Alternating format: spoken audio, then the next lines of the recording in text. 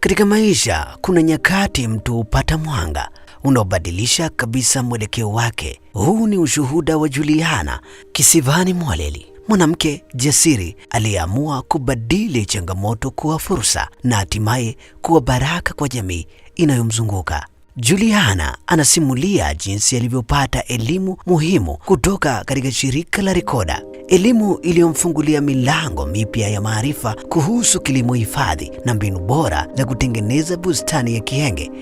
Kabla ya hapo, maisha hayakuwa rahisi. Kupitia mafunzo hayo, Juliana alianza safari yake ya mabadiliko. Aliweka kwa vitendo alichojifunza kwa kuanzisha bustani ya Kihenge nyumbani kwake. Kwa jina naitwa Juliana Kisivani. Ni mkulima kutoka Rekoda, kikundi cha Ereto. Ni mkulima wa mboga ya bustani ya Kihenge. Tulisia hii mboga mwezi wa pili. Sasa hivi imefikia ya kijani. Sasa hivi imefikia kula. Shirika letu la Rekoda limetusaidia sana. Taratibu matokeo yakaanza kuonekana. Alianza kuvuna mboga safi na salama zenye lishe bora kwa familia yake na ziada kuuza sokoni. Hapo ndipo alipoanza kushuhudia ongezeko la kipato na kuboresha maisha ya familia yake. Bustani hii inanisaidia sana kwenye kutumia nyumbani, maana tunachuma, tunakula kwa ajili ya matumizi ya nyumbani. Pia tunauza ili tupate kipato kingine. Tunawauzia watu, tunapata kipato kingine kwa ajili ya matumizi mengine. Kwa hiyo bustani hii inatusaidia kwa kweli. Rekoda imetusaidia kwa kutufundisha kuhusu kujenga bustani hii ya Kihenge.